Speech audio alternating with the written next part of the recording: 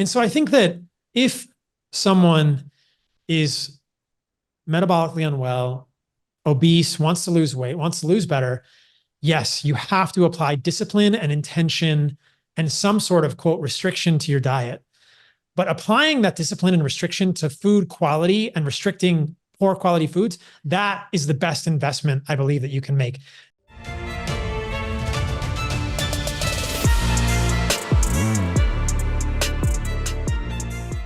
Hey everybody, welcome to the What is Money Show. I am thrilled to have you here joining me on my mission to help shine light on the corruption of money. Now, if this is your first time listening to the What is Money Show, I strongly recommend that you go back to episodes 1 through 9 first, which lays a lot of the groundwork for many of the concepts that we explore on the show. These first 9 episodes are my series with Michael Saylor, and thousands of people have told me that this is the best podcast series they've ever heard, hands down, and that it was instrumental to their understanding of money and Bitcoin. So if you're looking to start a deep dive into the nature of money, I don't think there's any place better that you can start other than episode 1 of this show. Now, a little bit about this show and how it makes money. The What is Money Show is 100% sponsor based. So all of our revenues are derived from direct sponsorships. And I strive to be very selective about the sponsors that I work with, specifically only using sponsors that I use personally, and also choosing sponsors that have values which are well aligned to the values expressed on this show, such as freedom, education, self-sovereignty, etc. So what I'm going to do now is a few ad reads right at the top of the show, and then I'll do a few more ad reads in the middle. And I hope you'll take the time to listen to them, as again, these are hand-selected sponsors, and I think you'll like what they have to offer. Today's podcast is brought to you by Wolf's Clothing. Wolf is the first startup accelerator dedicated exclusively to the Bitcoin Lightning Network. 4 times per year, Wolf brings teams from around the world to New York City to work with like-minded entrepreneurs, pushing the boundaries of what's possible with Bitcoin and Lightning. The program is designed to help early-stage companies achieve product-market fit, develop their brand, secure early-stage funding, and grow businesses that help fuel the global adoption of Bitcoin. So go to wolfnyc.com to learn more about the program or apply. Again, that's WolfNYC, WOLFNYC.com. Paul Saladino, welcome to the What is Money Show. Thanks for having me on, brother. It's good to see you. It's great to have you on. It has been a long time since we spoke. We were catching up offline, and I'll just go ahead and say right here at the top, I have to thank you, because I was really struggling for a long time with my digestive issues / gut inflammation. And I was just cutting things out. I was cutting out the alcohol, cutting this, cutting that, cutting all these foods. But the one thing that I could not cut was coffee. I felt so dependent on coffee because that's what got me out of bed in the morning. That's what got me to work. That's what got me through my day, frankly. And you just finally were like, look, dude, you can't drink this hot bean juice and not expect your gut to have a reaction to it if you got gut issues. And you're just going to have to give it up. And I finally gave it up. And it was very hard. It was first week I was exhausted. Second week I felt sad, like I had lost an old friend or something. And the third week I started to come back online. But that was, in retrospect, I think that was a turning point for me. That's when I finally eliminated everything that was irritating me. And I got on this path to rebuilding my microbiome. And now I'm back to where I can eat a lot of foods. So I just got to thank you right up top for that. Oh man, that's so cool. Thanks for sharing that, because of all the things that I talk about, coffee is one of the most contentious. And I told you before we started filming the podcast that I'm doing a documentary. I'm filming a documentary about quality of food choices, and we're having people in the documentary do an animal-based diet, which we'll talk about, for 30 days.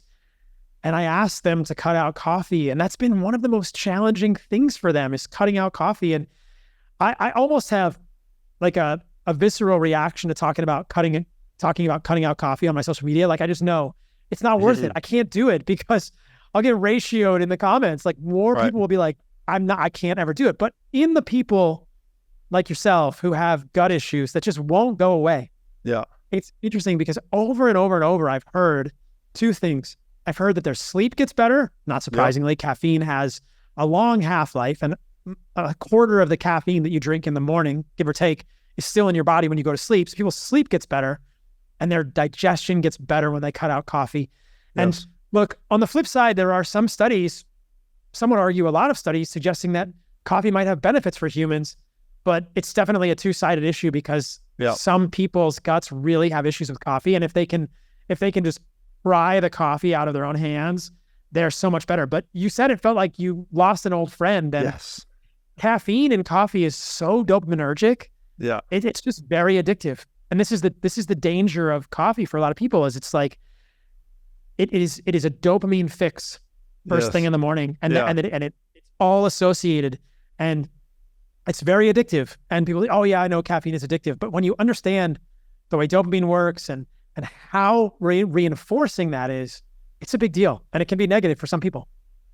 Yeah, dude, it's one of those, I mean, the ritual, I guess, with coffee, just, making the coffee and the sounds and this and the smell and all of that.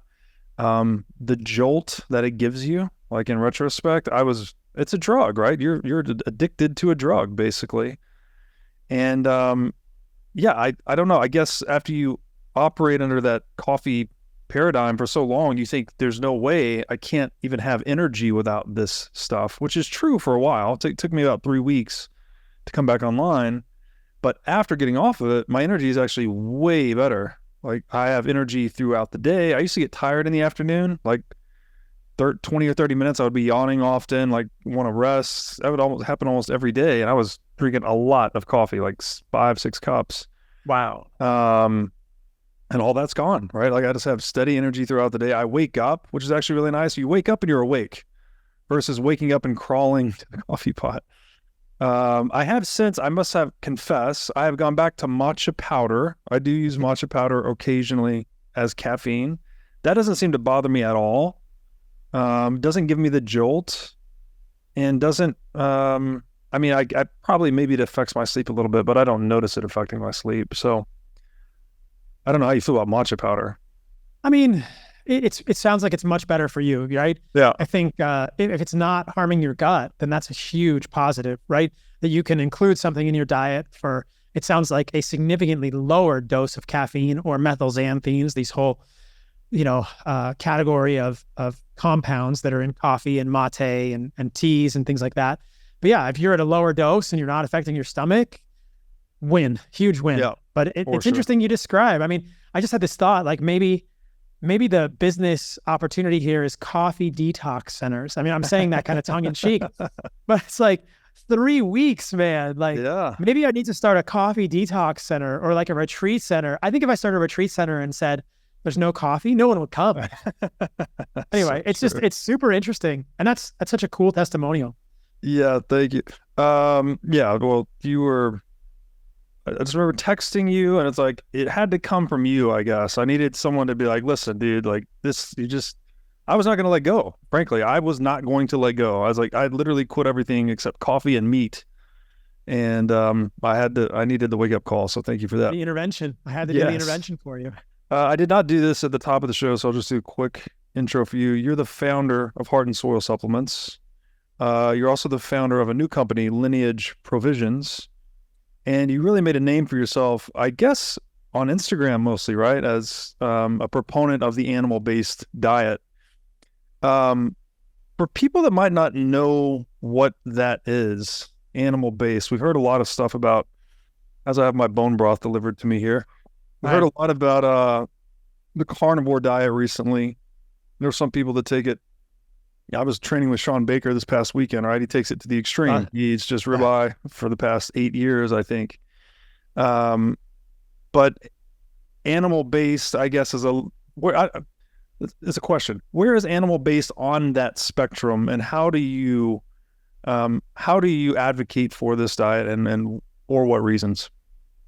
Yeah, so animal-based is kind of between carnivore and paleo in some sense. So carnivore is one end of the spectrum, which is just animal products or even just meat for some people. And I wrote a book about the carnivore diet. I did a carnivore diet myself originally for 1.5 years and had my own journey. doing a strictly carnivorous diet. So I ate meat, I ate organs, I ate animal fat, I ate salt, and maybe eggs sometimes, and essentially nothing else. And I mean that, like essentially nothing else for a year and a half. I learned a lot about which foods affect me and my autoimmune issues, which are eczema, asthma, and allergies, part of what's called an atopic triad in Western medicine. Because I had pretty bad eczema at times in medical school, when I was a child, in my residency. And it wasn't until my residency at the University of Washington, I'm a traditionally trained medical doctor, that I had a really bad eczema flare. And I just got fed up and said, I've heard about this carnivore diet. I'm just going to eat meat and maybe eggs occasionally and liver and animal fat and salt and see what happens. And like you said, you got to a point where you were just eating nothing but meat and coffee. Yeah. Like that's very powerful, because there are a lot of foods that are triggering our autoimmune conditions or our gut issues, our skin issues, sleep disturbances, even psychiatric illnesses can be related to food sensitivities that we never think of as problematic. Most people know that processed food equals bad. Yeah. And a lot of us still eat processed food, but most of us know. But what's interesting about carnivore and now animal-based, which is sort of my evolution from there, is that there are foods that are traditionally considered healthy, whether it's grains, like bread, whole grains, right? It's the bottom of the food pyramid. That's healthy for humans. Or whether it's things like spinach with oxalates or other vegetables or oats or whatever that are considered healthy, that can be problematic for a lot of people. Coffee, considered healthy by most people, but can irritate the gut in some people. Yeah. The thing that happened for me was that after a year and a half on a carnivore diet, I learned about this eczema. The eczema got better, and I developed kind of long-term, low-carb side effects. I had muscle cramps. I had sleep disturbance related to palpitations, so heart fluttering. My sex hormones were going down, so my testosterone went from around 700, 800 to about 500. And like I was getting, when I would climb on rocks, I'd get like muscle cramps in the morning, and I always felt a little bit cold. I was living in San Diego at the time that I made the shift, and San Diego is kind of always that like maritime climate, 60s, low 70s, which I think most humans with a normal body temperature should be able to handle just fine. It should be ideal, but I was always just a little bit cold. And in retrospect, I know that was my thyroid underperforming. And at some point, I just had to look at all of that constellation and say, hey, I need to add back carbohydrates, because my body is not holding on to electrolytes. My body is not holding on to sodium, potassium, chloride, magnesium. We need an insulin signal at the level of our kidneys to hold on to those, quote, electrolytes. We really do. And I see this over and over and over in the carnivore community now, that people end up with really bad issues related to electrolyte insufficiency, and they end up taking massive amounts of salt, or they have palpitations, which are again related to electrolyte insufficiency. And our body cares a lot about sodium, and our body cares a lot about chloride and calcium and magnesium, and it keeps those things at very tight ranges. And so it's working very hard to buffer and to manage those. And if we can't hold on to sodium first and then chloride and calcium and magnesium, a lot of things get out of whack. People get swelling in their legs, people get, like I said, sleep disturbances. And then without carbohydrates, we really are not giving our bodies a signal of abundance. And people may debate that, but we can dig into it more.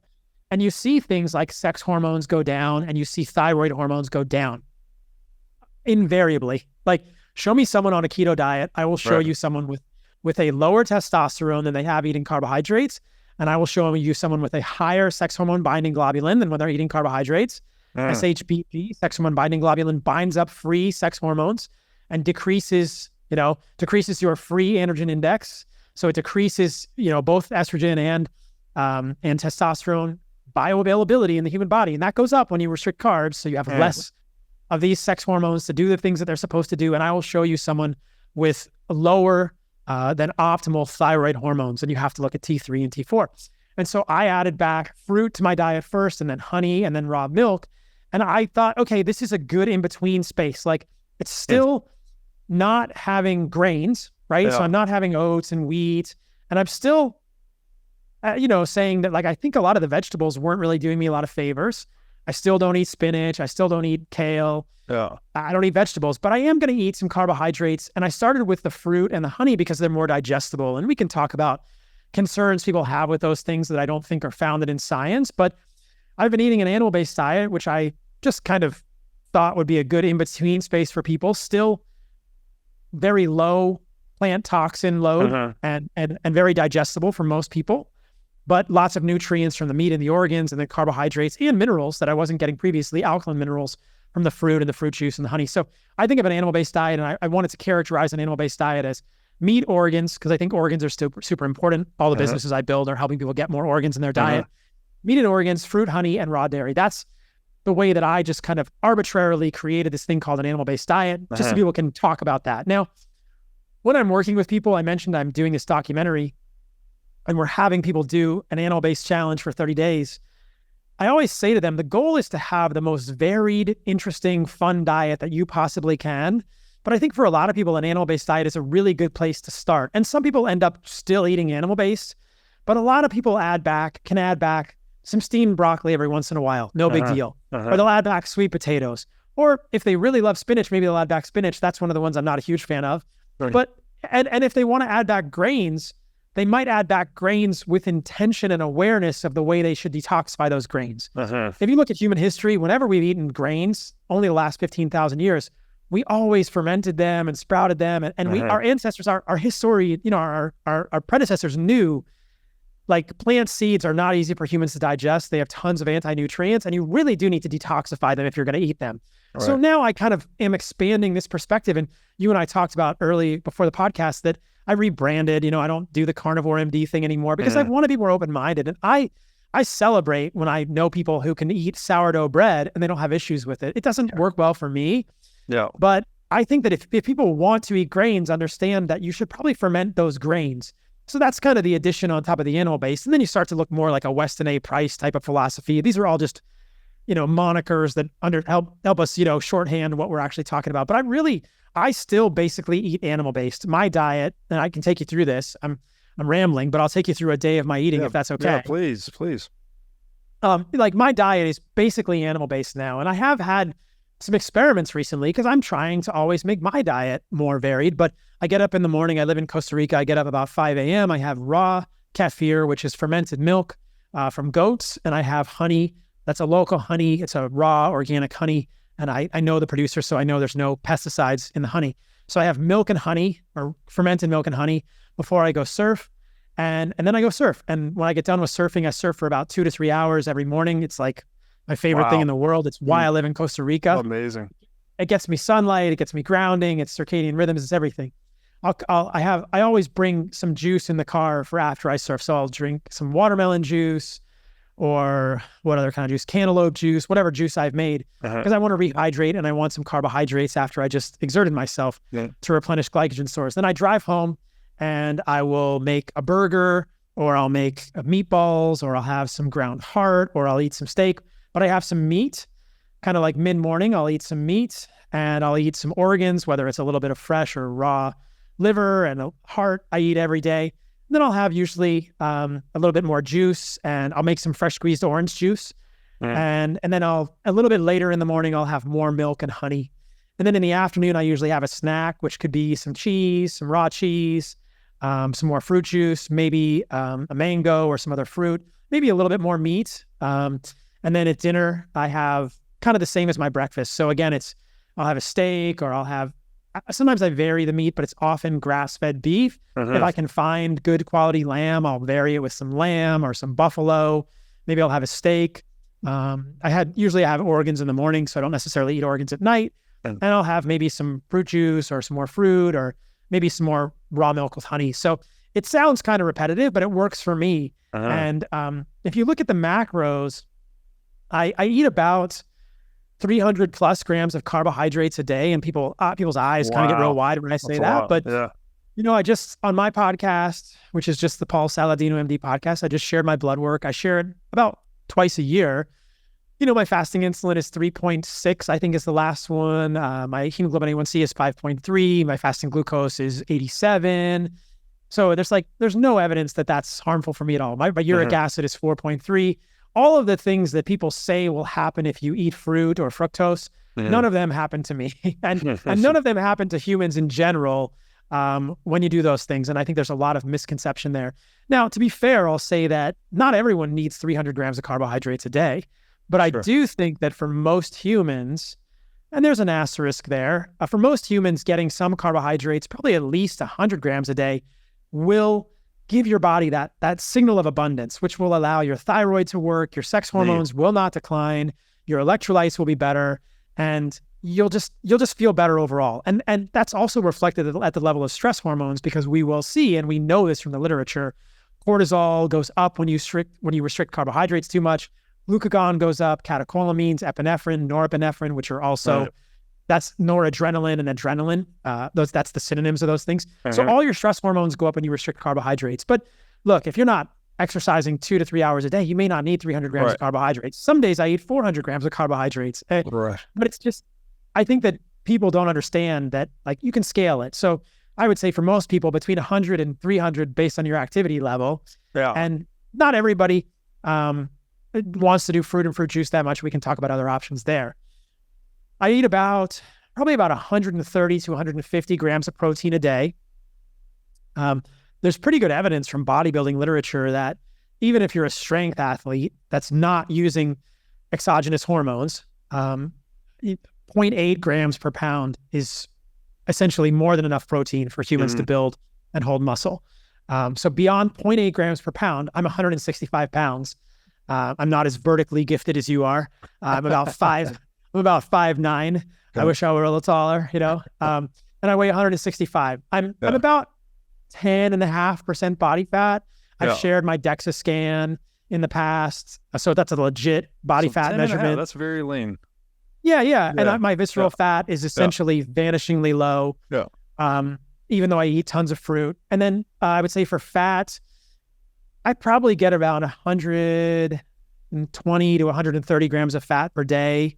When I do it on Chronometer, like this, an indexing thing online, I often have more than 3,000 calories per day, 3,500 some days. Wow. So there's a lot of calories. I'm extremely lean, which means that my basal metabolic rate is very high. And to be fair, like, I also burn a significant amount of calories surfing for 2 hours. Again, I'm surfing in warm water, so I'm not doing cold water surfing, so that's not an issue there. But yeah, so that's my macros. That's kind of how I break it down. The only other thing I'll say, and then I'll let you say whatever you need, wherever you want to go with it, is that, again, not everyone needs 300 grams of carbohydrates. People often get confused about that. And there are situations, I think, where ketogenic diets can be helpful. Refractory epilepsy, type 1 diabetes is a classic one. Like, if you have type 1 diabetes and your pancreas doesn't make insulin, probably the smaller the amount of carbohydrates, the better. But even in type 1 diabetics, some carbohydrates will probably mitigate cortisol, epinephrine, glucagon to some extent. And then I have worked with people who have very advanced diabetes. And in those people, I'll say to them, like, okay, and this is another rabbit hole we can go down if you want, like, carbohydrates didn't cause your diabetes. This is a massive misconception. We know this to be true. But when you have diabetes, you don't handle carbohydrates well. So it's reasonable, while you are healing your diabetes at a cellular level, because I believe diabetes happens at a cellular membrane level, specifically the mitochondrial membrane and the cellular membrane of all the cells. It takes your body time to repair those. And perhaps the better word is to turn over, to like repopulate your membranes with different fatty acids. That takes time. And so diabetics, I think that the path to healing full-blown diabetes is probably 6 months to a year in a lot of people. And in that time period, some limitation of carbohydrates, maybe 75 grams a day is reasonable for someone that's full-blown diabetes.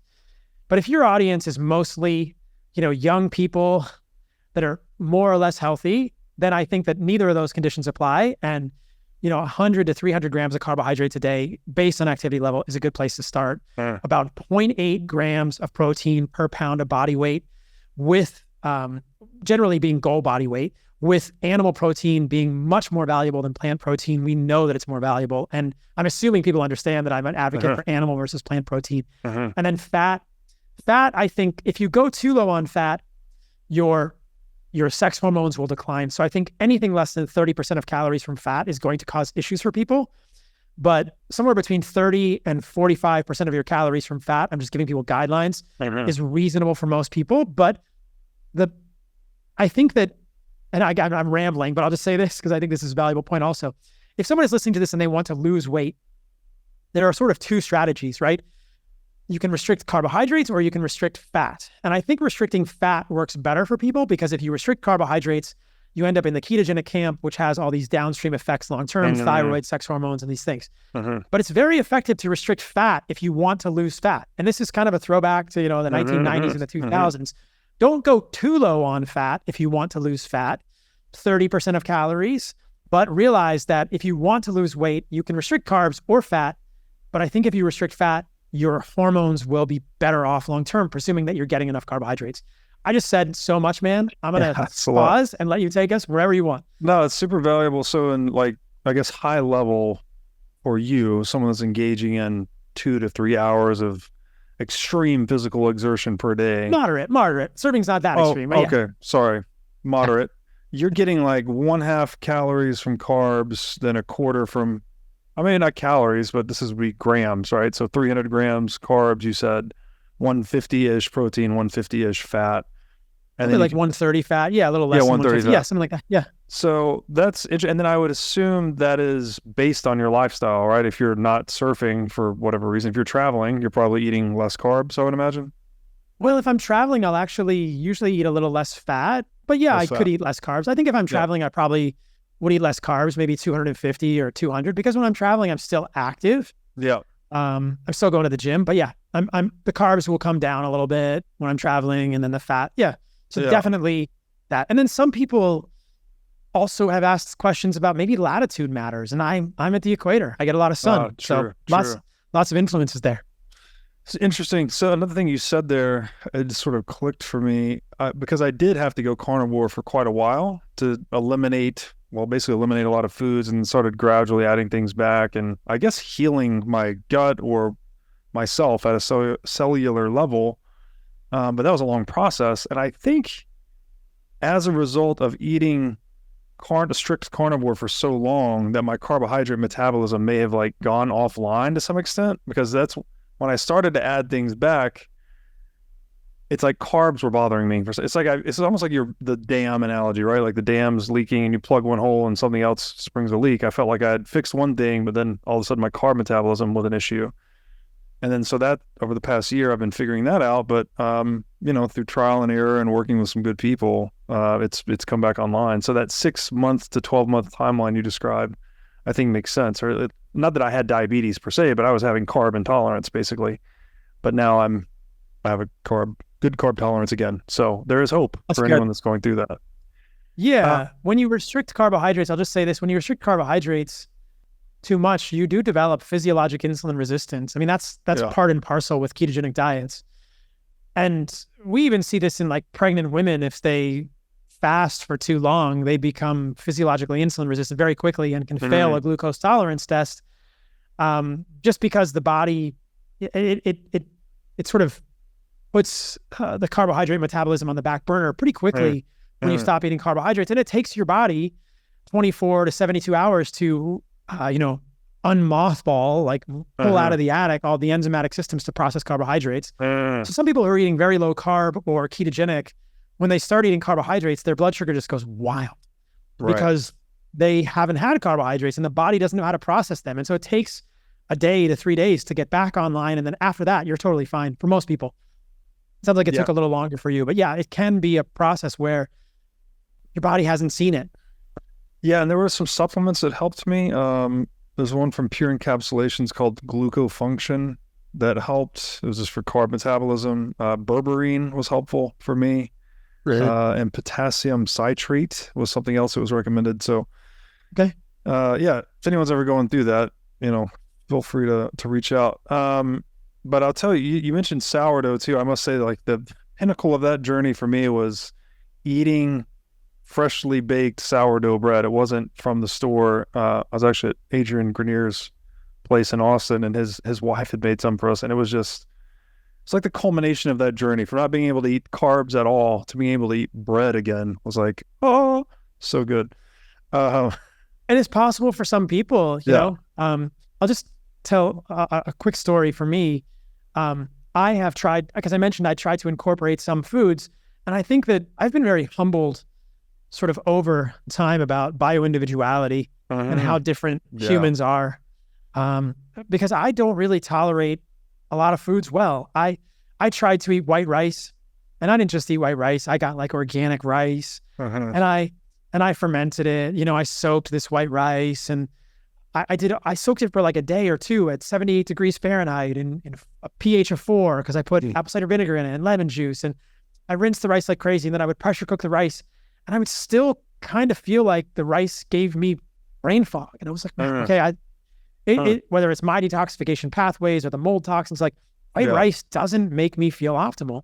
Yeah. And then I tried the same thing with tomatoes also. And, tomatoes are this nightshade fruit that a lot of people think of as possibly problematic for those of us with autoimmune conditions or autoimmune predilections. But I really like tomatoes. I'm Italian. My last name is Saladino. I really like tomatoes, and I wanted to eat tomatoes. And so I would get tomatoes, and I got organic tomatoes from the farmer's market, and I would boil them to take the skins off, and then I remove the seeds, and I would make them into a tomato paste. So I cook the heck out of them, and I put a bunch of tomato paste in my burgers, and I think this tastes so good. Man, I remember this. This is so good. And within 3 days, I have eczema back on my wrists, and that's the only thing I changed.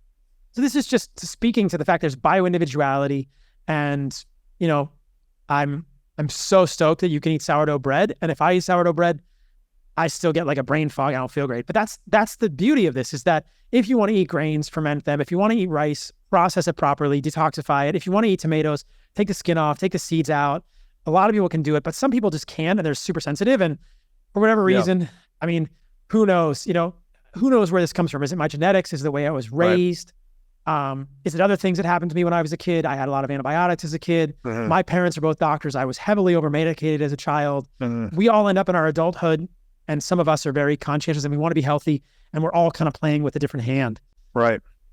That's such a great point, the bio-individuality. I've never heard that term, but for me, one of the realizations on this journey was it's me, right? It's my responsibility. There's not like you're going to find the doctor or the answer out there. It's that you are the arbiter of your own well-being. It's how you feel, what works for you and what doesn't. You're never going to find the book or the answer or the protocol that solves it once and for all. It's almost like a never-ending puzzle, and you define the metric of success, right? The way you feel. Forget multivitamins and other supplements. Animal organs are the most nutrient-dense foods on the planet. You can get 100 times more nutrients from organs than you can from muscle meats. But the problem with eating organs is that they are difficult to find in stores, they are difficult to prepare, and even when they are prepared well, they often don't taste great. Thankfully, Heart and Soil Supplements has made consuming organ meats so much easier by providing powderized organs in capsule form. Organ meats include everything your body needs to thrive: vitamins, minerals, peptides, proteins, and growth factors. This is why organ meats were the most prized foods for our ancestors. Fortunately for us, Heart and Soil makes these treasured foods easily accessible. So go to heartandsoil.co today and use discount code BREEDLOVE to get started on your journey to optimal health and vitality. Again, that's heartandsoil.co, discount code BREEDLOVE. Over the past 9 years, I've been going through a pretty serious struggle with my personal health.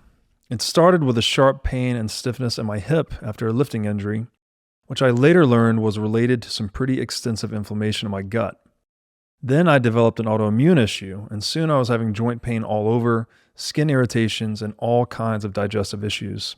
I visited many doctors trying to figure out what was wrong, but none of them were able to help me fix any of my issues.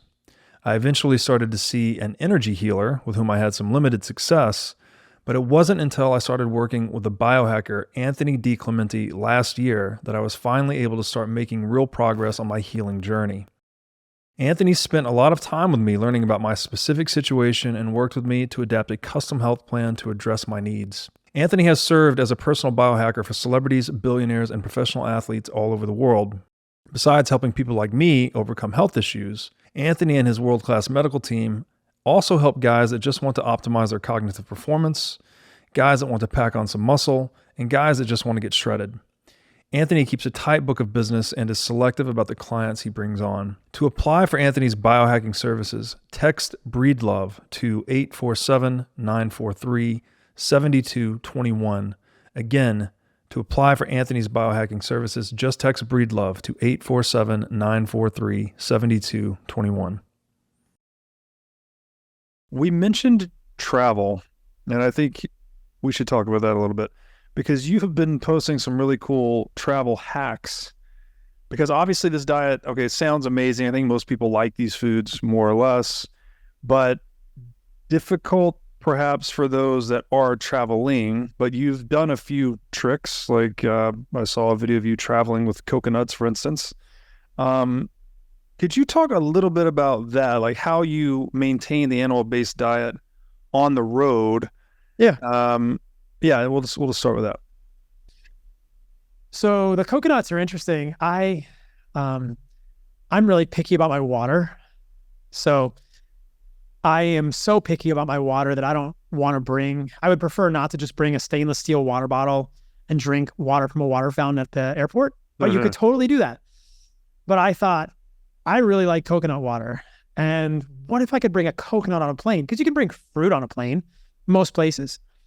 Can I bring a coconut on a plane? And turns out you can. Apparently TSA says you can't, but I've never, ever been stopped. And I've brought a lot of coconuts on planes at this point. And so, yeah, I posted a reel about bringing 10 coconuts on a plane as I was leaving Costa Rica. And then the thing that I didn't tell people was how you open them on the plane. There are different ways that coconuts look. These are called pipas in Costa Rica. They're sort of young coconuts that have had the husk removed. They're just brown and the shell is completely exposed. So it's like a fully naked coconut. And when the coconut is fully naked, on one side, it has 3 eyes and one of them is soft. This is just the magic of coconuts. One of the eyes is soft and you can take a knife and just scoop it out, or you can take a metal straw, which is what I travel with, and you can just puncture the eye, the soft eye, with the metal straw. So that's how I open it on a plane. A lot of times in the United States, coconuts they have more of a husk. And in that case, they would be harder to travel with. And you'd either have to like cut through the husk and get to the white meat. So there's only white meat exposed. And then when you're on the plane, you could puncture the soft white meat, or you'd have to remove the husk before you got on a plane. But if you can find the coconuts that are fully unhusked, it's easy just to open them on a plane with like a metal straw. They won't let you bring a knife on a plane, obviously, but a metal straw works fine. And TSA's never stopped me for security concerns with a metal straw. But traveling with animal-based, the mantra is really just be prepared. Before I go anywhere when I'm traveling, I make my own food.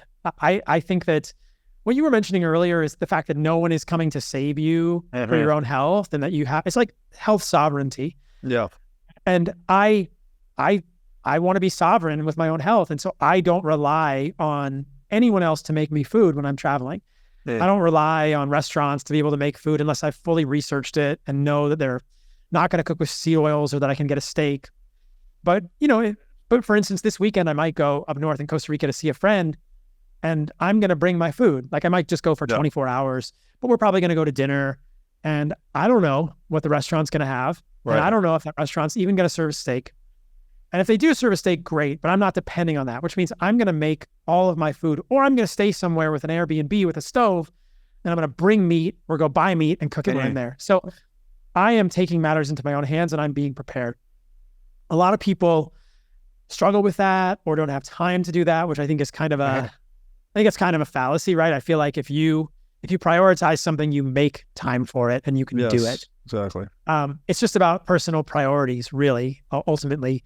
But I will just bring my food. So if I'm going on a plane, I'm bringing burgers on a plane, and I'm bringing fruit on a plane, and I'm bringing 100 grams of honey, because that's how much you can get on a plane. You can get 100 grams of liquid. So I think it's like 3 ounces. So I will bring 100 grams of honey, and maybe I won't eat 100 grams of honey on the plane, but if I want honey on my burgers, or I want some honey, I will bring it. And I will bring anything I can bring on the plane. You obviously can't bring fruit juice, but you can bring coconuts, you can bring honey, you can bring meat, you can bring meat sticks, which is why we built Lineage, the Lineage meat sticks. So I will bring things like this with me. And then when I get somewhere, the first thing I do is I go to a grocery store. That's my anchor wherever I am, is I'll go to the grocery store and I will get food.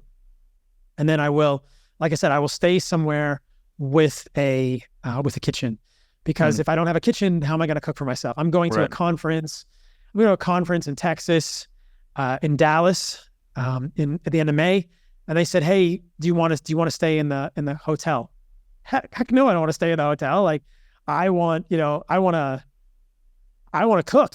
I don't want to stay in the hotel, because if I stay in the hotel, I am beholden to what they make at the restaurant. And some restaurants are good, but at this point, when I go to restaurants, which is probably something people are curious about, I'm 100% of the time I'm eating a steak. Yeah. Because if you're getting chicken, it's often cooked in seed oils, or it has a sauce or something on it that I don't want. And so like 100% of the time when I go to restaurants, I'm getting a steak. End of story. Even then you have to ask, right? What's it cooked in? How, What's it cooked in? Yeah. The good news is that most places will not cook a steak in seed oils. And if they do cook a steak in seed oils, they're off their rocker. But it's true that, I was in Los Angeles last year, and I went to this steakhouse, and I said, I can't eat seed oils. I'll just tell them that I have an allergy or something. I really don't feel good when I eat them. And I believe that they accumulate. They do accumulate in the human body. We know this. And this gets back to the 6 to 12 months, is that we have to get rid of these probably problematic, evolutionarily inappropriate fats that are high in these seed oils. And so I'll say, like, I can't eat corn, canola, sunflower, safflower, peanut oil. Are your steaks cooked in that? And I went to the steakhouse, and they said every single steak on the menu is marinated in canola oil except for 2. I said, well, then I have 2 options, Wow. And so those were the 2 that I could choose from. And so I think they had like an 8-ounce filet mignon that ended up being grass-fed, and I was like, great, that's fine. But that's what I do at restaurants. I look for a steak that's not cooked in seed oils. That's for me the thing that is most dependably, predictably not going to be cooked in seed oils. But I just prepare. So I'm bringing fruit. And when I'm traveling, like Los Angeles or Texas or wherever, if I'm filming content, and I know I wake up in the morning and my team is there, and we're going to go to Walmart, we're going to go to Target, we're going to go to McDonald's and shout them out. We're going to go all bullshit on Chick-fil-A. We're going to go around. We might be gone for 4 hours or 5 hours. And then we're going to do a podcast in the afternoon. It's on the other side of town. We're not going to come back to the Airbnb until dinner. I'm going to bring cheese. I'm going to bring burgers. I'm bringing fruit juice, because then I can bring anything. I can bring anything in the car, but I'm bringing all the food with me. So that's just who I am. I think that, like, that's just how I think about it. Like, I'm willing to do the work because it's that important to me. Yeah, it's so great. Yeah, proof of work is definitely part of it, but then this aspect of just responsibility, right? If you don't take that responsibility, then, as you said, you are subject to the hotel, restaurant, or whatever it may be. And you never know what's going to be in that stuff. I don't know if you introduced me to this or not, but the Seed Oil Scout app. Yeah, it's great. Yeah. That was useful. Finding, it works better or worse in different cities, but you can find which restaurants are using seed oils, which ones are not. The other thing about this, real quick on seed oils, it's a contentious topic, but I agree with you completely. So I got on this kick around the time I probably kicked coffee, actually. I also kicked seed oils, so maybe that has something to do with it. But I was living in Hawaii at the time. I could only go out in the Hawaiian sun surfing for like 30 or 40 minutes before I would basically get burnt. After 6 months of no seed oils, I would go surfing for 3 or 4 hours and I'd be fine. I would just be bronzed. So that was, for me, anecdotal proof enough that seed oils are really garbage for you. And what's going on there is that, like I hinted at, so probably there are a number of things problematic about seed oils. One of them is the amount of this omega-6 polyunsaturated fat called linoleic acid. And historically, in human history, we would have had small amounts of linoleic acid, small. Tallow, beef fat, beef is 2%, 1% linoleic acid. Wild chickens, wild pigs are 3 to 4% linoleic acid in their fat. Nuts can have more, but I don't think we would have eaten a lot of nuts because they're rare and they take a lot of work. Seed oils have between 25 and 65% linoleic acid. Wow. And when you think about the amount of food, whether it's corn or peanuts or soybeans, or nobody actually eats canola because canola is from a rape plant and you can't eat rape seeds. So we would never have nobody eats canola, but people eat corn and people eat soybeans and people eat sunflower seeds and people eat peanuts, and all of those are made into seed oils. They're with the corresponding names. So the thing about corn, Americans eat on average 5 to 7 tablespoons of seed oils equivalent per day across multiple seed oils and all what they eat in a day, whether it's French fries or salad dressings or sauces or marinades, or, it's hidden in bread. Every food with a label, by the way. I mean, there's very few foods with a label that don't have it in it. And you really have to look for it. You do. Even, like the nut milks have seed oils these days. Oat milk, we called out oat milk for having seed oils. Yeah. So if you were going to eat 5 to 7 tablespoons of corn oil, that is the equivalent of 60 to 85 years of corn. Crazy. So, 5 to 7 tablespoons of soybean oil is 2.5 plus pounds of soybeans. Wow. Peanuts, similar. Sunflower seeds, 3 plus pounds of sunflower seeds to get 5 to 7 tablespoons of the oil. So it's just, we would never have been exposed to this much linoleic acid in our history. And that's been documented. Yeah. I mean, there's great papers that show that the amount of linoleic acid in human American fat, which is where the linoleic acid gets stored, has been going up for the last 60 years and up significantly. It's like the slope is not low. It's a pretty steep slope. So it's no question that we are accumulating more linoleic acid in our tissues. We also accumulate it in our skin because our skin has cell membranes. And so the theory here, which I think is very compelling and one of the most obvious manifestations of the problems of seed oils, is that as you eat more seed oils, more of the skin of your epidermis that covers your whole body is full of linoleic acid or potentially breakdown products of linoleic acid. And that is fragile because it is more polyunsaturated than monounsaturated fats or saturated fats. And so you can change the composition of your cell membranes when you eat more of these fats, because the human body does not get rid of linoleic acid easily. It takes years and years to kind of recycle out all of this linoleic acid. Years. I mean, the half-life appears to be years when we look at pharmacokinetics of linoleic acid in the human body. Other fats get metabolized and get broken down more quickly in the human body, but linoleic acid, for whatever reason, gets stored. So it's interesting, to think that you probably had a much higher amount of linoleic acid in the membranes of your epidermis exposed to the sun. And the sun is a stressor on the body. I think the sun is great for humans, but I really think there's a compelling hypothesis that a lot of the skin cancer we see is related to the fact that most Americans are just full of seed oils, right? Sure. And I think that getting burned is problematic, but look at your anecdote. That's fascinating. That's a really interesting data point to say you burned much, much less or not at all when you stopped eating seed oils. That's fascinating. And so you think okay, if my skin is more fragile, if the epidermis is more fragile, of course I could be more predisposed to skin cancers. And yet no one is talking about that issue with skin cancer and these things.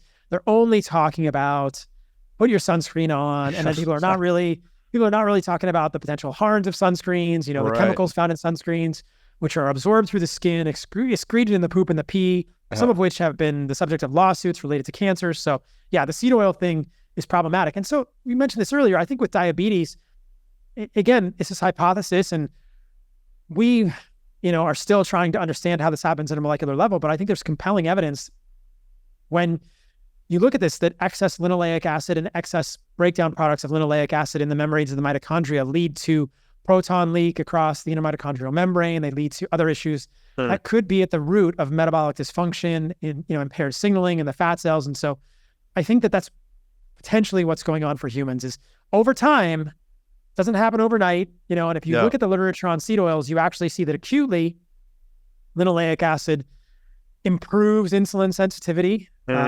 But long-term, I think we have very different, suspicions about what linoleic acid is doing when it accumulates in our bodies. And then I'll just say this, and we'll stop belaboring seed oils, but just the detective work, it's not a randomized controlled trial, but you look at humans over the last 200 years, we've become much less healthy. Even 100 years ago,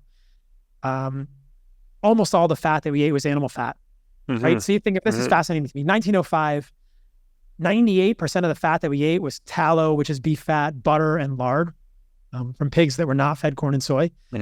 And rates of heart disease and heart attacks were vanishingly low. They were not even really a thing in the medical literature. So anyone who claims that saturated fat contributes to heart disease, I think that the historical ideas here would argue against that very strongly. And then in the last 100 years, 150 years, we've gone downhill. And so what are the potential problems here? Not really sugar. We don't eat that much sugar than we did in 1920. We certainly eat less sugar than we did 25 to 30 years ago, and all the diseases are getting worse. I don't think processed sugar is great for humans, but it doesn't look like sugar is even correlated directly, continuously with chronic disease.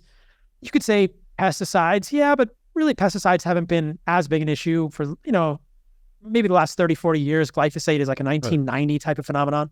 Yeah. And a lot of these trends were happening way before then. Certainly seed oils are highly correlated. And so there's that has to be a real high suspect here, right. And then you look at the introduction of seed oils into indigenous cultures, and invariably you see that their health declines. Now, seed oils are coming in with processed food, so they're also getting dyes and artificial flavors and gums, but it all comes as a package deal. And seed oils look very potentially culpable to me, and the mechanisms are there. Only reason that we're even having this conversation about seed oils is that all of the randomized controlled trials comparing seed oils to saturated fat were done from like 1958 or 1959 into late 1970s. And none of them are very good. And none of them really put the issue to rest. There are some studies that say that seed oils are potentially benign, but if you look carefully at those studies, they used trans fats in the control group. So the control group was the group eating more saturated fat, but a lot of that saturated fat was trans fat. So that makes the study kind of invalid because trans fat we know is harmful for humans. And then there are definitely a number of studies that are randomized and controlled that suggest that seed oils are harmful for humans. Sydney Diet Heart, Minnesota Coronary Experiment, rose corn oil, to name three. And, rose corn oil is a small study. The N is like 86 people, but there was a very clear trend that seed oils were very bad. And it didn't quite reach statistical significance, but there was less than a 1 in 1,000 chance that the result would have happened by chance. So the p-value was almost 0.05. I think the p-value was like 0.07. To fact check me on that for rose corn oil. Sydney Diet Heart, and Minnesota Coronary.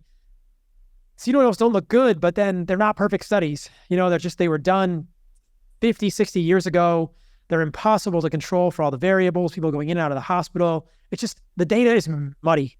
Yeah. Because if we had a study, a randomized controlled study with, 10,000 people, saturated fat versus seed oils, and it clearly showed seed oils were harmful, we probably wouldn't even be having this conversation. And the problem is that a study like that may never be funded. It may never be done today because I don't know if you could get it past an institutional review board because we've become so hypnotized by the idea that saturated fat is bad for us because it raises cholesterol. Anyway, it's just this long rabbit hole, right? It's just this is a daisy chain of false assumptions that if you said to people, say some, philanthropic person wants to give someone $10 to $20 million, which is probably what the study would cost, to study 5,000 to 10,000 people over 6 to 10 years, right? One group eats tallow and butter and ghee, and one group eats corn oil and seed oils. That would be such an incredible study, but I don't know that you could even convince people that it was okay to feed them butter because we're so convinced.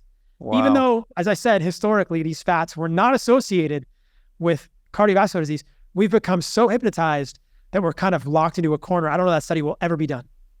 Wow. And it makes you wonder how many businesses have been built up around that paradigm too. Obviously big food in general, like we said, seed oils are in everything, but then the medical side of that, right? How many treatments are there for, I don't know, cholesterol and all of these other things that are based on that. So it's a really vicious kind of cycle.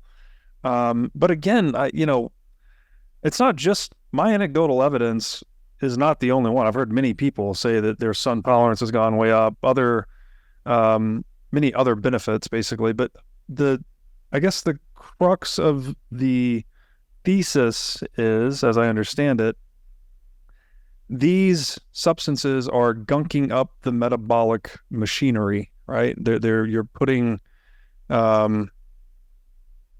you mentioned offline, we've seen a reduction in basal metabolic rate, right? That sort of parallels the introduction of seed oils in both in indigenous cultures and in sort of the industrialized food of the history in the US.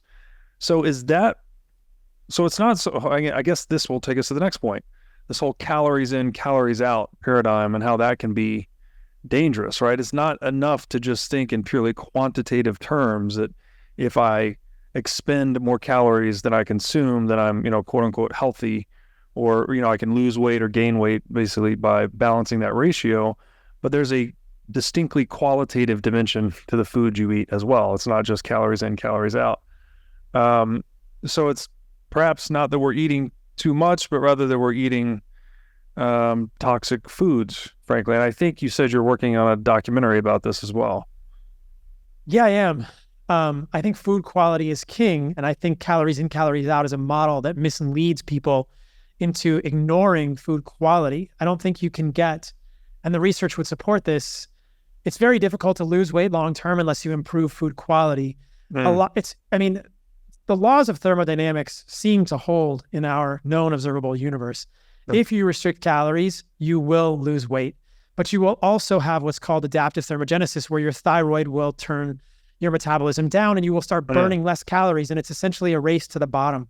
And that means when you start eating more calories again, which humans inevitably do because eating less calories is essentially an evolutionary prison, it's miserable, then you will return to eating more calories, and the majority of people gain the weight they lost back, and a lot of people gain more weight back because you've kind of damaged your metabolism by giving this starvation signal by doing calorie restriction. So the idea is not that calorie restriction doesn't work, or that calories in, calories out, and some sort of energetic balance isn't going to work. It's just, what are the costs? And you and I talked about this before the podcast. The idea that we can know calories out well is just a farce. Like, our basal metabolic rates are variable. And I would argue that what if our basal metabolic rate and the efficiency with which we turn food equals fuel into energy is variable depending on the quality of the food we're eating. So what if the quality of the calories you put in affect the calories out? That's not calories in, calories out, right? That's calories in raised to the power, or like calories in with like an exponent of like, like quality. There's like a Q variable, right? Yes. So calories in with a little Q variable, calories in times a quality variable, right? Right. Like equals a quality coefficient. So it can sort of, yes. Not only is it calories in, calories out, but there's also the quality of the food can diminish your ability to expend calories, to get calories out, basically. This is a radical concept, man, but this is what we're talking about. There's a 2023 paper from John Speakman showing that in the last 3 decades, human basal metabolic expenditure is declining.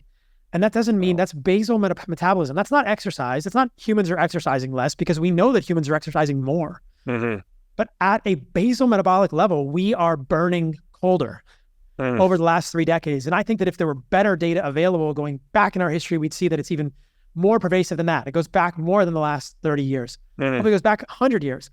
So then you have, our calories out, and calories out is basal metabolism plus calories you burn.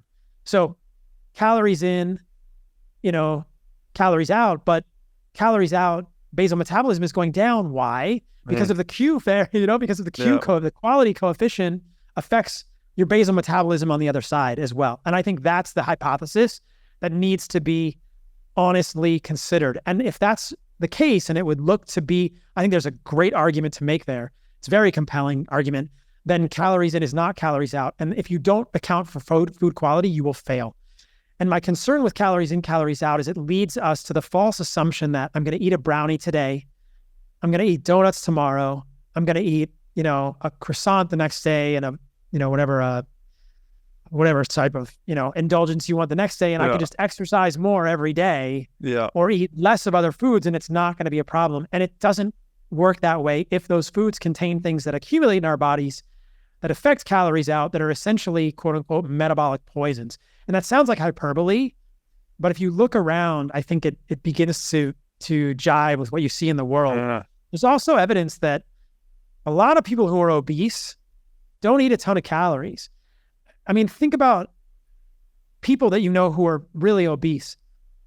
Some of them might eat 6,000 calories a day or 4,000 calories a day, but a lot of people that are obese eat 1,700 calories a day or 1,800 calories a day. And you're thinking, wait, what? Right. Like 1,800, like your basal metabolism must be so low. Right. Right? I mean, and this is the biggest loser. These are the people, like, think about that. Like, there's a lot of people whose basal metabolism is so low because the thyroid is so impaired, because their metabolic machinery is working so poorly, right? That it's crazy to think like, I know there's a lot of fat shaming that goes in, like, you're just a slob, you're fat because you're slob and you're eating too much. No, man. A lot of people that are obese, I think, have just eaten the wrong foods over time, and nobody told them that problematic components in those foods could accumulate. We talked about linoleic acid potentially being one of these, and they're poisoning your metabolism, and you're not able to convert fuel to energy. So that's the problem. Because there's a bridge there, right? There's a bridge between fuel and energy, and that bridge goes through your mitochondrial electron transport chain. And you can take in calories, but this is the other misunderstood thing, is that if you pick up a donut or whatever, a bag of spaghetti, jar of pasta sauce, it says 350 calories per serving or 275. That's assuming that you can take that fuel and convert it into energy. And calories is a poor metric anyway. It's a measure of heat, and you're not a furnace. You're not just doing this to make heat. You're doing this to essentially make ATP, which is an energy currency in the human body that is used and spent on processes in the human body. So you're doing it to make a currency. So if you could put on a label of spaghetti, this is how many ATP you'll make out of this spaghetti, which we could calculate based on the number of carbohydrates, that would be a little more accurate than calories. But again, that assumes that you can convert carbohydrates, protein, and fat into ATP, right? That assumes you can convert these things into a currency, which you can't always do if your metabolism is broken or partially impaired. It's staggering, right? It's another one of these false paradigms. We're just looking at it the wrong way. We're over-indexing on the quantitative at the expense of the qualitative, and that has very serious consequences for, misperceiving reality in a way. And the analogy that naturally came to my mind was just the money analogy. So if your house, for instance, has gone from, it was worth $1 million, and 3 years later it's worth $2 million. Well, in a nominal sense, right, you've doubled your money, quote unquote, and you think, oh, wow, I'm rich. But if in the same time the price of steak has gone from $10 to $30, well, the purchasing power of your house has gone down from 100,000 steaks to 67,000 steaks. So there's this weird confusion of like the nominal value of a thing going up, calories in, calories out, and the purchasing power of a thing, which is more like the qualitative dimension of food. And we have to always be mindful of that, right? It's not, the map is not the territory kind of thing. We always have to look a level deeper to see the qualitative dimension. Yeah. And I think we have to have low time preference and think long-term and look at how many people who lose weight doing caloric restriction, keep it off long-term. Yeah. And that doesn't work. But I would argue that attention to food quality works long-term because it's a lifestyle change. It's a mindset change. And it's enjoyable. Like you said, it's a prison to do calorie restriction. You can't do, no one's going to do that forever. Yeah. And your hormones will go down. You'll have low libido, you'll be cold. Like it's a prison. It's a prison. Look at people in The Biggest Loser. It's a prison. It works, but it's a prison. It's calorie prison. And so I think that if someone is metabolically unwell, obese, wants to lose weight, wants to lose better, yes, you have to apply discipline and intention and some sort of, quote, restriction to your diet. But applying that discipline and restriction to food quality and restricting poor quality foods, that is the best investment I believe that you can make. Doing that with regard to fasting or time restricted feeding or calories, I think that fails long term. That is not the place to, those work short term, but I don't think they work well long term. But I think applying moderation, discipline, and intention and restriction, quote unquote, to food quality and poor quality foods, respectively, that is the answer for people, because you have to make intentional choices if you want to lose weight. You have to either eat less food or you have to eat better food. And very few people think about that or. There is another way to do it. Right. It's not just eat less, move more. Yeah, and it's so much more enjoyable, right? Because quality food tastes good.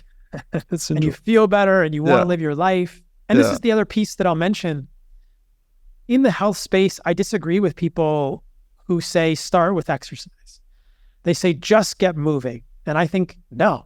And I don't think you can out-exercise a bad diet. And what I've seen just in my own work, in the people that are working on this animal-based challenge in this documentary, is that the intention to exercise comes when you increase food quality. So if you don't want to work out, okay, that's okay. That you're not making energy. You don't have the currency your body needs. You're not motivated, right? There's some metric around discipline and just creating a habit. But a lot of people, so many people I've worked with, when they improve food quality, they just have more energy. They're like, you know what? I actually want to move.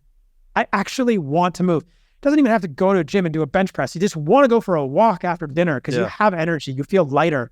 Like exercise will come naturally. I think as humans, if you're not strapped to a desk figuratively, you know, and you're healthy, you'll want to get up and move around. You know, like if you don't do exercise, you'll be like, you know what, I'm just kind of fidgety. This is kind of that like non-exercise adaptive, you know, movement, like thermogenic, you know, like you fidget more if you don't move. Like you're gonna burn calories, quote unquote. Again, we're back to the poor metric of calories, but you are going to want to move when you improve food quality. You don't have to force yourself to over-exercise because that can also then increase cortisol and stress hormones. So the intention, the desire to exercise will naturally follow when you improve food quality. Because I've heard people online say, I don't know why this is kind of a false dichotomy. They'll say, what's more important, diet or exercise? My clear answer is diet. Yeah. Right? And they'll say exercise because these are people who think, I don't really care what you eat. I just want you to have energy balance. Right. And I want you to move. And I think I disagree with that. I think that's completely wrong. That's the calorie in, calorie out mentality. Essentially, you know, like just go exercise. Even if you don't want to, just go exercise, you'll be fine. And you think, no, I think you should want to exercise. Align everything. It'll come. Yeah. Yeah. Well, it's the same as the point on quality food, right? Eat foods that you want to eat, do exercises you want to do when you want to do them in a way. And obviously there's a discipline factor. I don't want to go to the gym every single time I go. However, most times I really want to go. I think almost every time now, like especially when you're healthy and you're feeling good, like you said, you've got energy, you want to go expend it, right? You want to do something with it. You want to do something. Thanks to my friends at Swan Bitcoin for supporting the show. Swan sponsored the Sailor Series, and I appreciate their support from the very beginning of the What is Money show, and I'm happy to welcome them back. Swan has grown a lot since then. They've built a full-service, Bitcoin-centric financial services company with several different offerings. With the Swan app, you can set up instant and recurring Bitcoin buys. And with this, you can get started at swan.com/breedlove. Swan also enables clients in the US to hold Bitcoin directly in an IRA account, so you can hold Bitcoin in a tax-advantaged way. Get started at swan.com/IRA. If you're looking to buy more than $100,000 worth of Bitcoin, check out Swan Private. You'll get concierge support for buy execution, retirement accounts, inheritance and estate planning, and access to exclusive events, research, and other content. Get started at swan.com/private. Swan Institutional provides financial services to institutions, including Bitcoin-backed lending, asset management, principal investments, Bitcoin services for financial advisors, and Bitcoin mining operations. For those new to Bitcoin, I recommend checking out Swan's Welcome to Bitcoin course at swan.com/welcome. So go to swan.com/breedlove today to get started on your Bitcoin buying journey. Are you sick of being robbed by politicians through inflation and endless money printing? If so, you need to be at Bitcoin 2024 in Nashville, Tennessee on July 25th through 27th. As the largest Bitcoin and Fintech conference in the world, Bitcoin 2024 stands as a beacon of monetary freedom, a glimmer of hope amongst a darkening macroeconomic backdrop. Top speakers, companies, and thought leaders from across the industry will convene in Nashville to look ahead to the next year and beyond. I will be there, and Bitcoin conferences like this have become my favorite place to socialize since becoming a Bitcoiner. Ticket prices will increase soon. Get your tickets now and secure your spot at this game-changing event. So go to b.tc/conference and use discount code BREEDLOVE to sign up for the Bitcoin 2024 conference. Again, that's b.tc/conference, discount code BREEDLOVE. Okay, let's talk about something a little bit different here. I guess I'll just go straight to the guy, right? Bryan Johnson, who has created what's called the Blueprint Longevity Protocol. Yeah.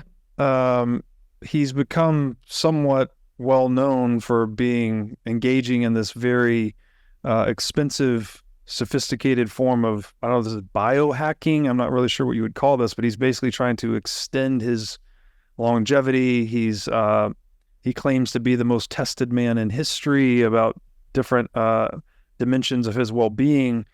And he's getting a lot of attention. And I think you said he's open sourcing some of this. So maybe some people are following his protocol. He might even be monetizing source, it. Yeah.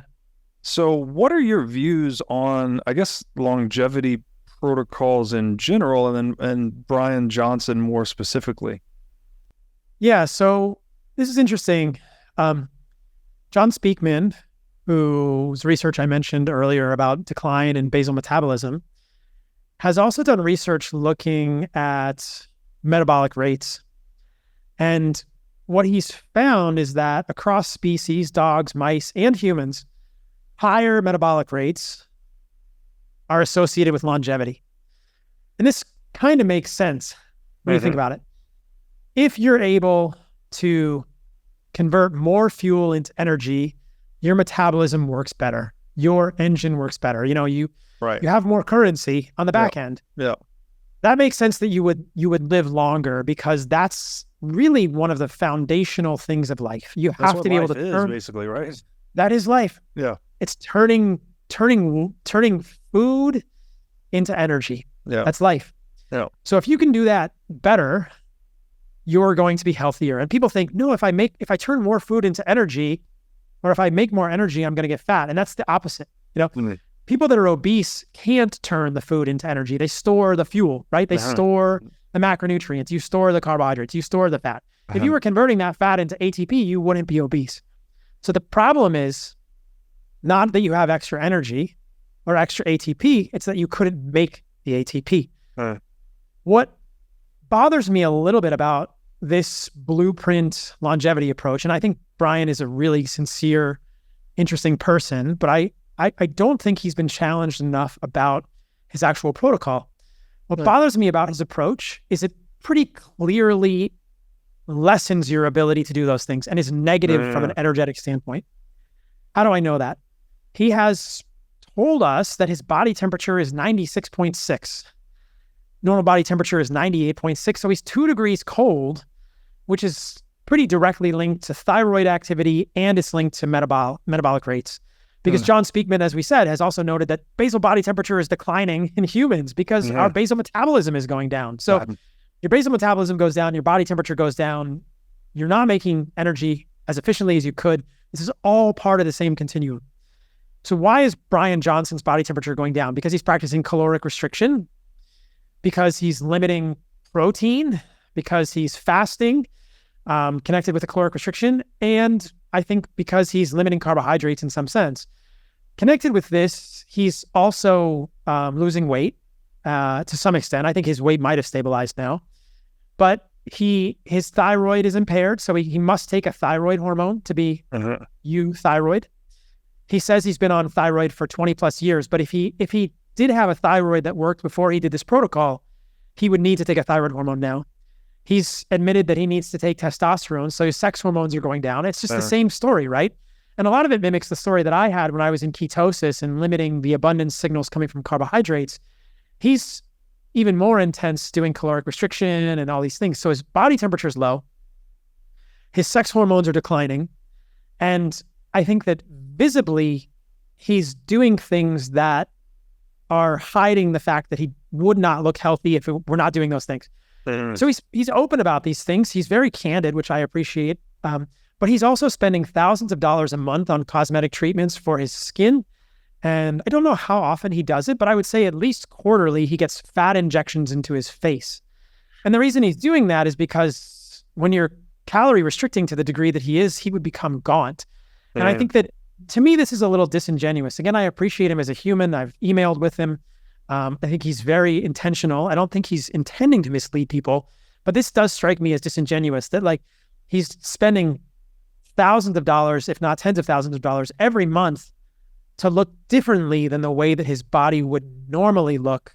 And as humans, you know, I don't think enough people are consuming all of his content to understand the lengths to which he is going to actually physically look younger. He's also using treatments in his hair. He claims to not be dyeing his hair, but he's clearly dyeing his hair in some way, you know, and he's doing, you know, Tixel treatments and other, I don't even know, these light treatments on the face and things to make himself look younger. And we're humans, right?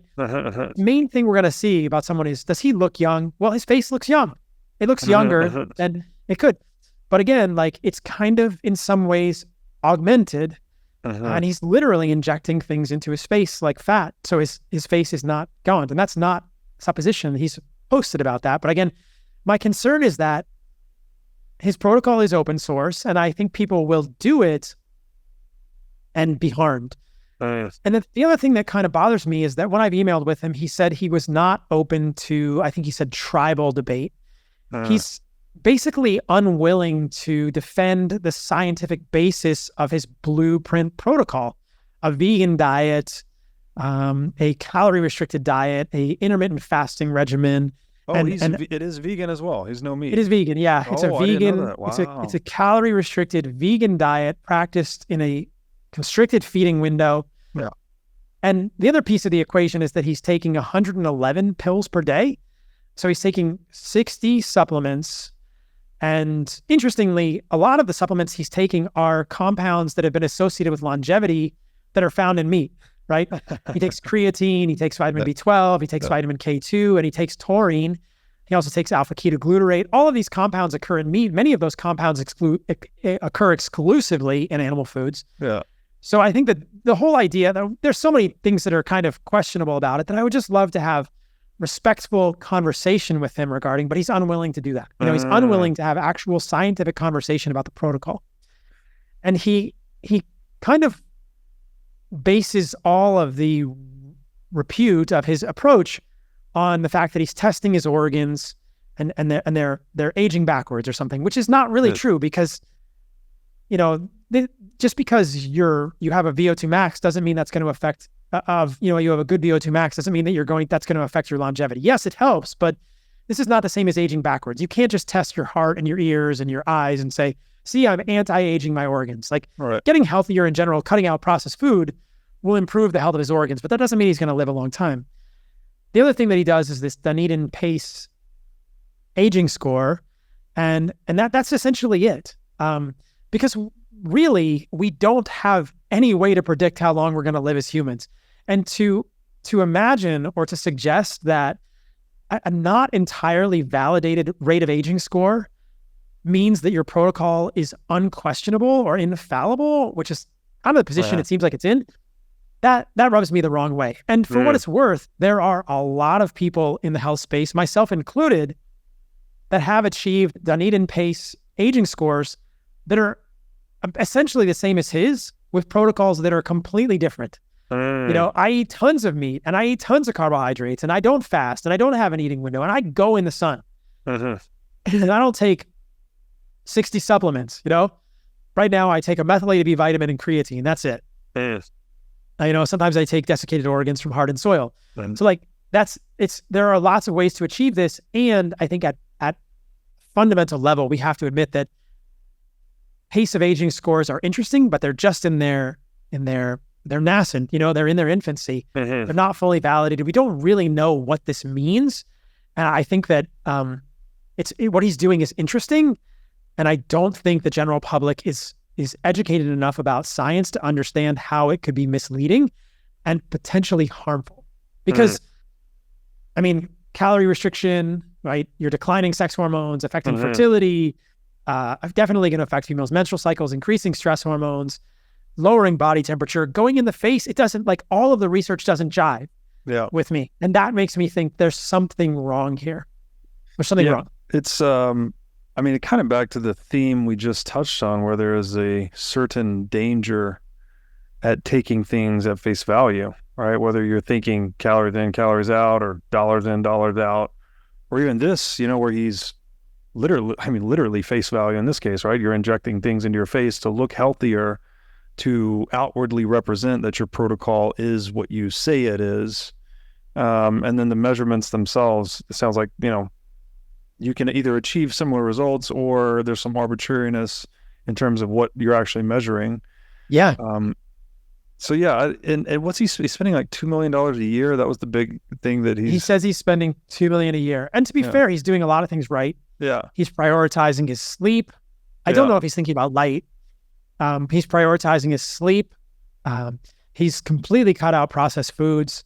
Yeah. He doesn't drink alcohol. He doesn't drink coffee, for what it's worth. And he's thinking about things. And he lives in a very, his house has like air filters. He's doing a lot of things right. But I think that there are some pieces of his protocol that I think need to be questioned. And I don't think enough people are really calling it into question, because that's what it is. It's respectful conversation. When I offer a different protocol, like an animal-based diet, people are obviously going to debate it and question it. And that's what it's about. Defend your idea. Yes. Defend your ideas. And that's not happening. Yeah. Well, definitely needs to be exposed to the marketplace of ideas, I think, to determine the capacity. Right. Like that's how we do things. That's how we do things. The last just few minutes here, you've mentioned this term a few times, talked about the signal of abundance with carbohydrates, like signaling, I guess, to our metabolism that we are in an abundant state so that perhaps your body doesn't go into a scarcity mode, something like that. That seems like it might be that might contrast with some people's positive views on fasting. So I'm wondering how do you look at fasting? Do you fast at all? Do you think any of this feeding window stuff is useful? Is it useful for people dealing with certain conditions, or what are your views on fasting? I think fasting is valuable in as much as it gives the gut a break. Mm-hmm. So if you are eating food that is irritating your gut, not putting that food in your body is a good thing. Right? Yeah. And that can help you sometimes sort out which foods are problematic, or it can give your gut time to regenerate and heal. The problem with fasting is that no one can fast forever. You die, and that it clearly increases stress hormones and decreases sex hormones. So fasting is not a signal of abundance. And I think there are better ways to figure out what's damaging your gut.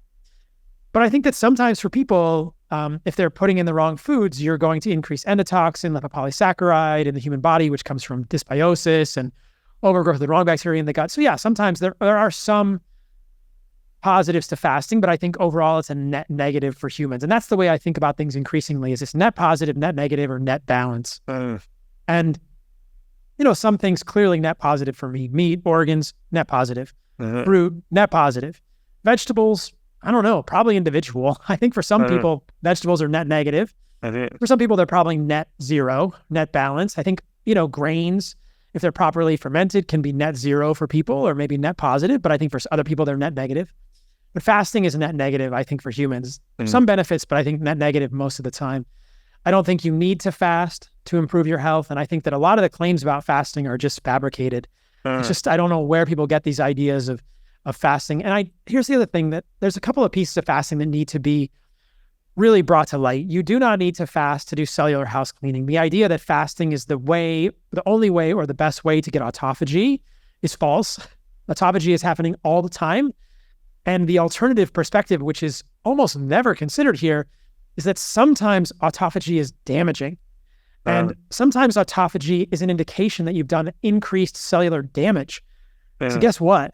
You can clean your house. Autophagy is called cellular house cleaning. Sometimes you clean your house just because you clean your house and you made breakfast. But sometimes your house is really dirty because you threw a big rager party at your house and you just trashed your house. So it's also possible that autophagy is increased in people when they're fasting because you're causing cellular damage. And this is supported by the literature, because, increased autophagy can be linked to negative remodeling of the heart, sometimes cancers.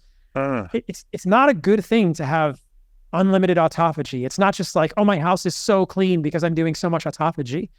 But remember that if you're damaging cells, you need to do more autophagy. So it's possible that you're fasting or doing other things like that, and it's increasing markers of autophagy. Well, did you damage something? Did you break?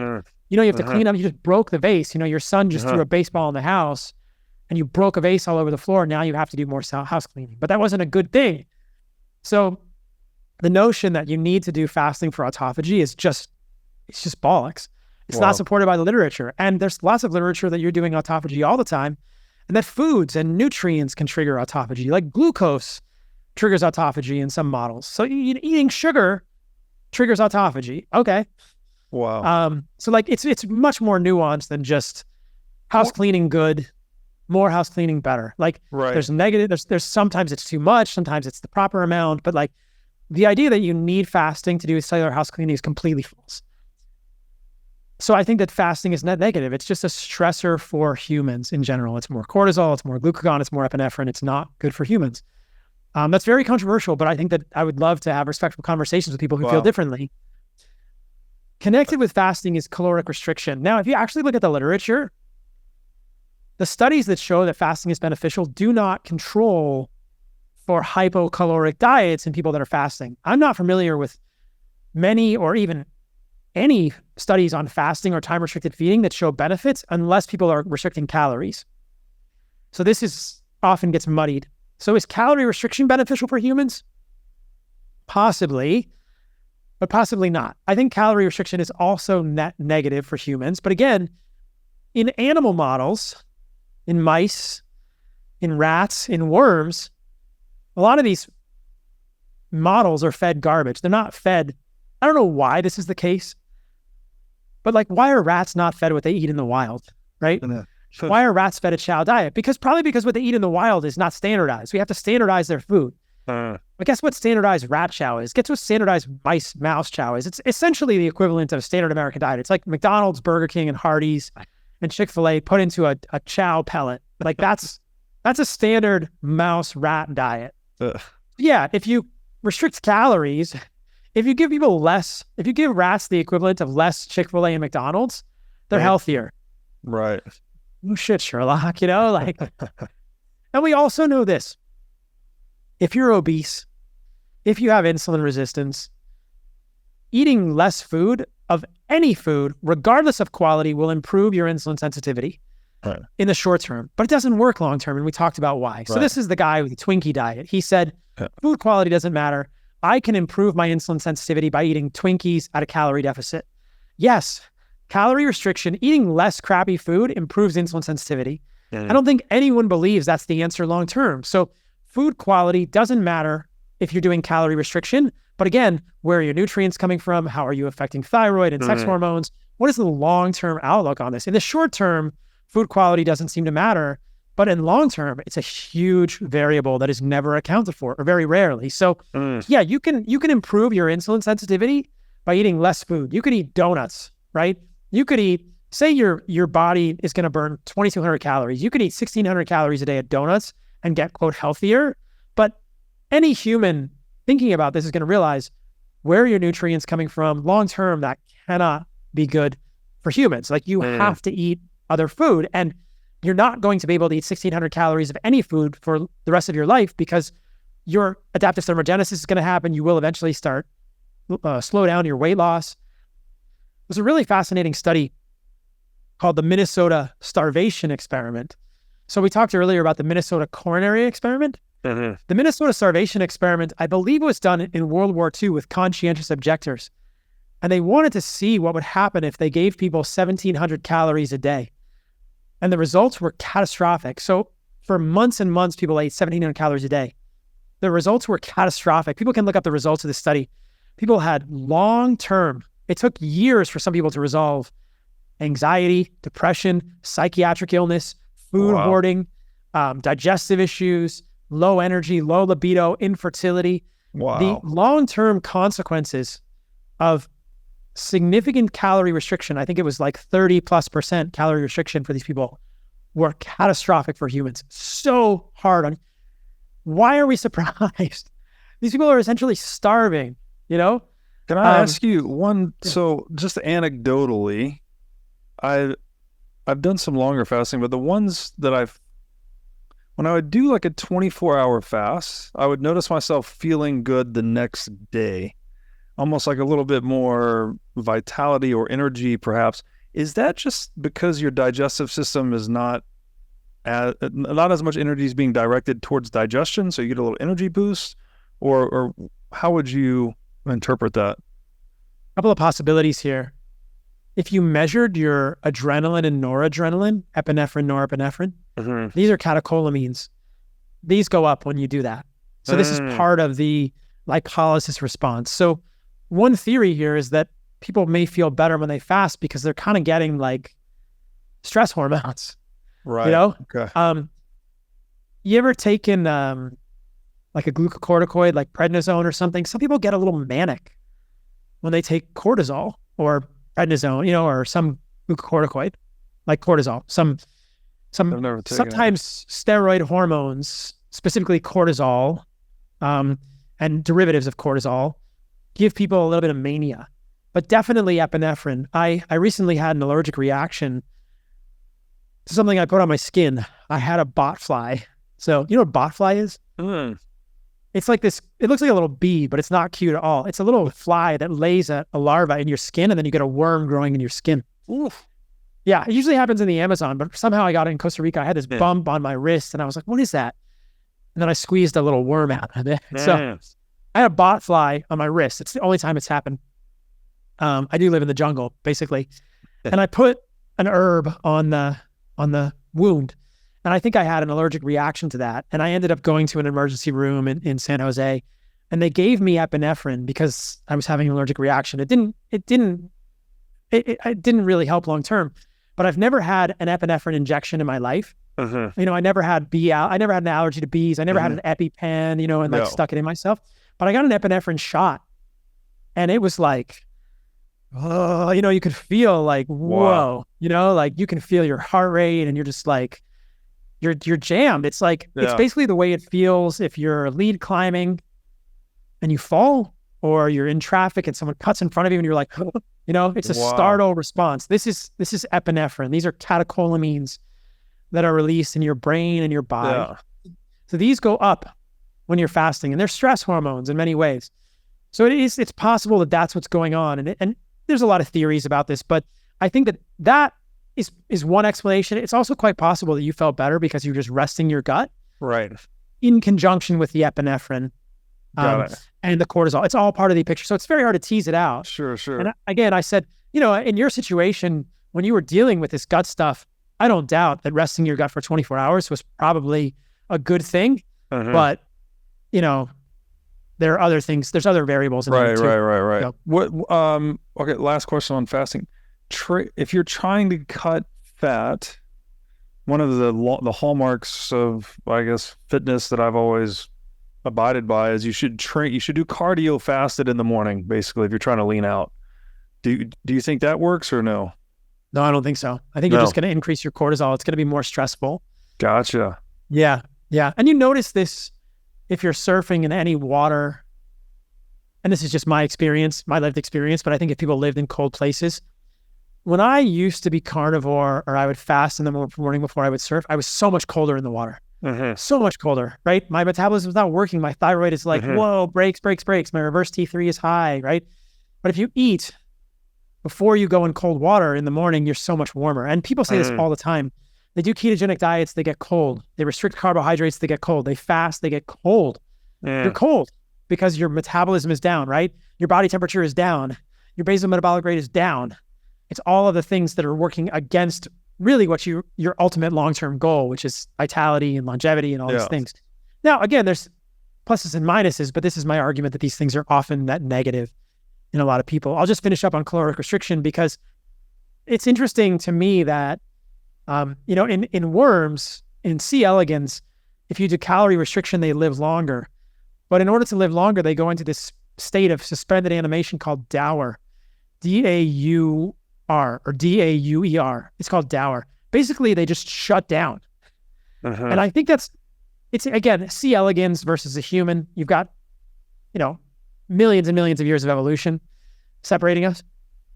But the same things kind of start to happen in humans. We start to kind of get colder and run less hot and do less metabolism, and everything gets less, like we're really doing less. We're not completely hibernating, but when we do these things too much, caloric restriction, fasting, we kind of put ourselves in this state of like semi-hibernation. Our body temperature drops. Right. And I don't think that's good for humans. I mean, okay, you could make an argument like, yeah, maybe you'll live longer if you're in semi-hibernation, but I think most people's radar goes up and thinks, I don't want to live in a semi-hibernating state for the rest of my life. Like, guess what? Semi-hibernating people don't really want to have as much sex. They don't really want to do as much exercise. Yeah. They don't really want to do much of anything. Yeah. So if that's the way you want to live the rest of your life, great. But again, the other thing that's interesting for me about caloric restriction when we go further up the chain of animals is primates. There's a set of 2 studies looking at rhesus macaque monkeys. One of them gave the monkeys like an evolutionarily consistent diet and then calorie restricted. And then the other one gave them like monkey chow. And the benefits of caloric restriction were only seen when the monkeys got monkey chow.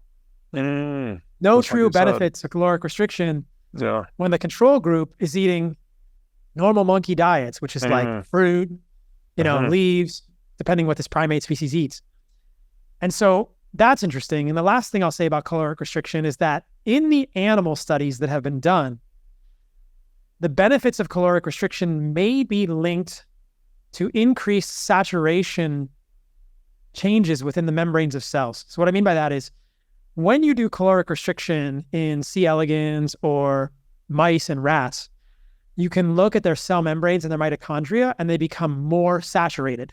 So less polyunsaturated membranes are associated. So there's increased saturation in membranes when you do caloric restriction. How interesting is that? So if there is a benefit to caloric restriction, is it that you are undoing what you've done with years of eating seed oils? And so then again, you have to say like, is it net negative? Is it net positive? Look, I would argue just eat less fat and don't eat any seed oils and limit linoleic acid religiously in your diet, and you'll be better off long-term because your thyroid and your sex hormones won't decline.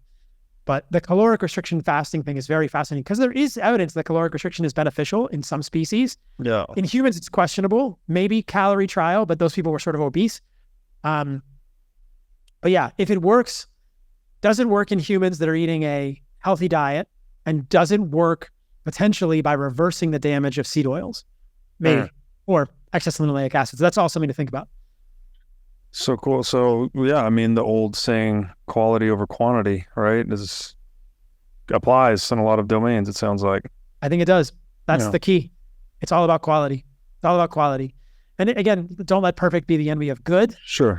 But realize that like it's all about quality. And that I think is like just broadly in our society, I think we're going in the opposite direction, and hopefully pendulum will swing back. But like, think about the things in your life. This is Zen and the Art of Motorcycle Maintenance. WiM Persig wrote this book. So funny you brought him up. I was just thinking about his book, Leela. But go ahead. Sorry to interrupt. Yeah. But it's like quality is huge. And then, when you see things in the natural world, whether it's art or nature, like we have a sense of quality. Yes. And that's valuable. We can't ignore that. But I think that we're seeing less and less quality around us. Less quality music, less quality films, less quality art. Like I would argue it's kind of going down. Maybe I'm just not looking at the right things, but it's just we're taking a lot of shortcuts, and certainly in the foods, there's an explosion of low quality foods. Yeah. And I think that's the problem. Yeah, architecture, right? You see it in a lot of places, and that's so funny you brought that up. Anyone that wants a philosophical deep dive on quality and value, read Zen and the Art of Motorcycle Maintenance, then read Leela, the book Persig wrote 15 years later. I actually think Leela's better. They're both excellent books, but man, it's really all about quality, right? This is it's what we are. We're beauty creating creatures, or beauty appreciating creatures, something like that. Yeah, I think we're machines of anti-entropy. We're anti-entropic machines. Yeah. And, fighting against entropy takes energy, takes currency.